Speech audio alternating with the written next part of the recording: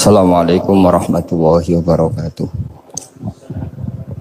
Bismillahirrahmanirrahim. Alhamdulillahirabbil alamin wassalatu wassalamu ala asyrofil mursalin sayyidina Maulana Muhammadin wa ala alihi wa sahbihi ajmain amma ba'du.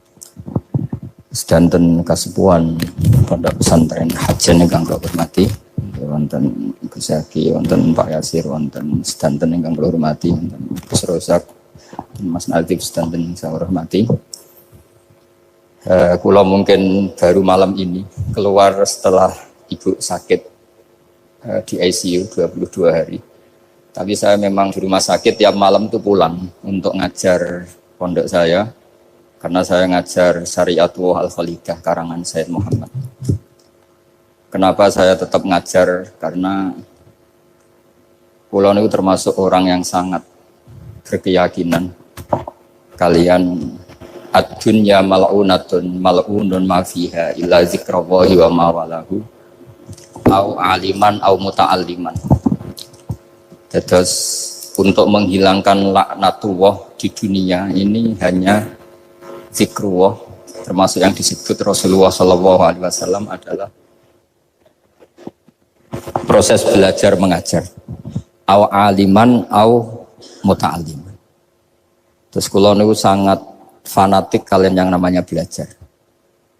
Karena niku sing kula anggap engkang ngilangi azab, ngilangi laknat. Kula beberapa kali terdikte oleh baca.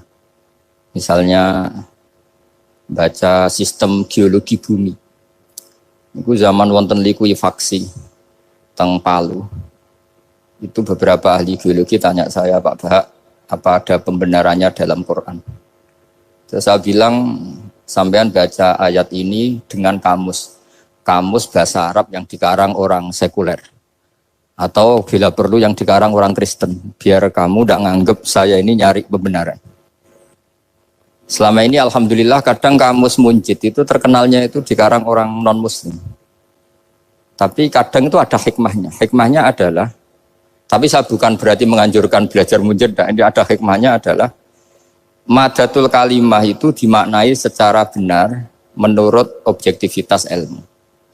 Singkat cerita tak suruh nyari makna maro yamuru mauron. Jadi Allah ngendikan teng surat Tabarok, apa kamu merasa aman? Merasa aman setiap saat man fis sama ayyakhsifa bikumul ardo fa idza hiya tamur. Allah zat yang menguasai langit setiap saat bisa saja melumerkan bumi ini. Jadi melumerkan itu ya bahasa Arabnya tamur itu. Jadi Allah sudah mengingatkan bahwa potensi bumi ini memang likuifaksi karena di bawah ada magma, ada air, ada macam-macam. Kemudian potensi bumi ini juga dihantam oleh benda-benda langit. Sehingga Allah ngendikan innallaha yumsikus samawati wal ardo an tazula wala in zalata in amsakahuma min ahadin min ba'di. Jadi setiap saat mungkin meteor itu menghantam bumi, setiap saat mungkin Mars yang menghantam bumi. Sehingga kalau kita belajarnya itu geologi atau sistem galaksi, itu ketakutan kita ya pada likuifaksi, pada meteor yang jatuh, pada apa. Tapi kalau misalnya kita baca yang su'ul khotimah, ketakutan kita ya akan su'ul khotimah. Tapi terus kalau lihat berita TV corona, ya takutnya akan corona. Tapi setelah distatistikkan, misalnya belajar orang yang mati karena ngelindur, itu ya terus takut tidur, karena yang mati karena ngelindur itu juga banyak. Artinya apa? Membaca itu membentuk. Dan itu artinya belajar. Saya termasuk orang yang meskipun masih muda itu gak pati-pati mati. Ini yang membedakan saya dengan Gus Natif PD saya kalau masalah ngadepi mati. Karena bukan berarti saya mesti soleh, mesti husnul khotimah, ya enggak. Ada istilah mati yang menyenangkan dalam diri manusia, yaitu Nabi ngendikan Allahumma ahyini maka natil hayatul khairan li wa tawaffani maka natil wafatul khairan li.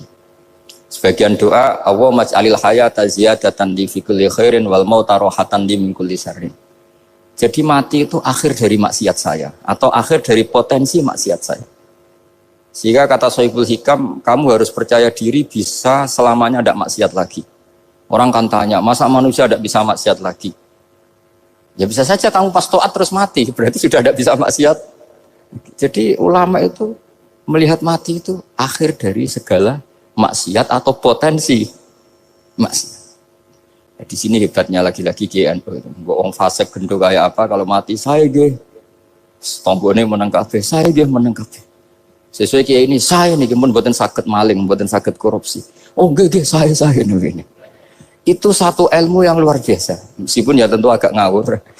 Tapi itu bagus. Secara ilmu bagus karena al-maut adalah rohatun min kulli syarr. Lagi-lagi yang menyelamatkan itu illa aliman au muta'alliman. Proses belajar mengajar. Saya baca banyak tentang halal haram dalam kitab Imam Ghazali itu, tak ulang berkali-kali. Saya tuh dulu ya gak paham, karena kitab paling susah di bab Imam Ghazali itu menurut saya kitabul halal wal haram. Termasuk bagaimana cara ngelola amwalus salatin yang terkenal korup, sementara menyumbang kamu sebagai jaizah, sebagai hadiah untuk para kiai atau untuk para guru. Itu perdebatannya ulama itu macam-macam. Ada yang bilang haram karena itu potensi haram, atau memang benar-benar haram. Ada yang bilang boleh karena kalau yang pakai kamu untuk kebaikan, kali dipakai mereka ruwet. Kebetulan yang partai ini lebih besar Mas Nadif. Ya alhamdulillah. Terus dikiaskan sama ghanimah. Lagi-lagi karena baca, saya itu pernah ditanya seorang dosen di Jogja. Gus, saya ini muslim mulai kecil dan saya peneliti, saya pernah sekolah di mana-mana. Yang ganjil dari saya tentang Islam itu satu, yaitu ghanimah. Kok kayak Islam tuh rampok gitu ya, perang sudah orang kafir tuh kalah, hartanya diambil gini-gini. Ya ghanimah. Terus saya memberi analogi, kalau ada garong ke kamu, bawa senpi, bawa pedang, terus kamu mengalahkan garong itu, alat-alat itu kamu kembalikan apa kamu sita? Ya saya sita, nanti dipakai garong lagi. Ya kira-kira seperti itu. Kalau dikembalikan ke orang kafir, berarti menjadi kekuatan kekafiran lagi. Dan itu harbi. Dia baru nerima. Lagi-lagi ini barokahnya baca.